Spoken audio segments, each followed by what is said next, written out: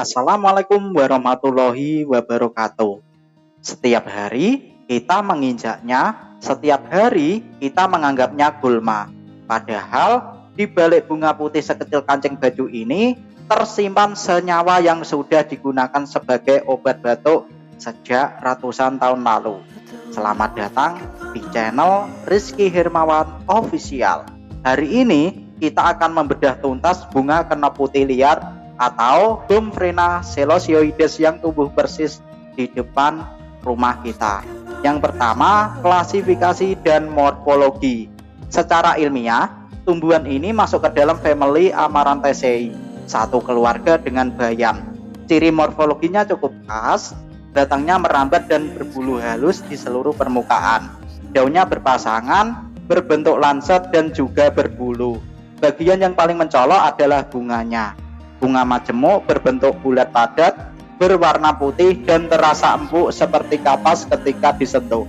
Perlu digarisbawahi bahwa tanaman ini tidak memiliki duri, berbeda dengan Alternanthera pungens yang sering tertukar namanya sebagai bayam duri.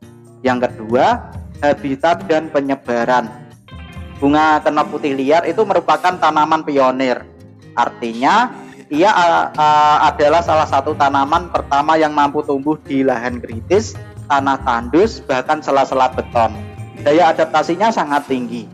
Tanaman ini banyak ditemukan di wilayah tropis dan subtropis, termasuk di seluruh wilayah Indonesia, mulai dari dataran rendah hingga ketinggian 1.400 meter di atas permukaan laut. Kemampuannya bertahan di kondisi minim air membuatnya sering dianggap sebagai gulma, padahal perannya penting sebagai penutup tanah untuk mencegah erosi. Yang ketiga, pemanfaatan tradisional dan kandungan. Dalam etnobotani, masyarakat di berbagai daerah telah lama memanfaatkan tanaman ini. Bagian yang digunakan biasanya seluruh tanaman di atas tanah. Secara tradisional, rebusan tanaman ini digunakan sebagai antitusif atau pereda batuk, antipiretik untuk menurunkan demam, serta diyakini membantu melancarkan peredaran darah dan menurunkan tekanan darah tinggi. Penelitian fitokimia awal menunjukkan bahwa tanaman ini mengandung senyawa flavonoid, saponin, dan alkaloid yang berpotensi sebagai antioksidan dan antiinflamasi. Namun, perlu dicatat, studi klinis pada manusia itu masih sangat terbatas. Oleh karena itu, penggunaannya sebagai obat herbal harus bijak dan tidak menggantikan pengobatan medis konvensional.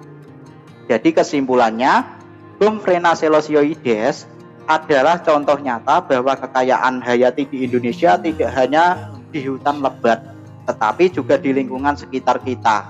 Mengenal tanaman liar adalah langkah awal untuk menghargai dan memanfaatkannya secara bijaksana. Sebagai penutup, informasi dalam video ini bersifat edukasi. Untuk penggunaan sebagai pengobatan, kami sangat menyarankan Anda untuk berkonsultasi terlebih dulu dengan dokter atau ahli herbal bersertifikat. Sekarang giliran Anda. Di daerah Anda, tanaman ini dikenal dengan nama apa? Silakan tulis di kolom komentar ya. Jangan lupa subscribe agar tidak ketinggalan pembahasan tumbuhan berikutnya. Terima kasih telah menyimak. Sekian, wassalamualaikum warahmatullahi wabarakatuh.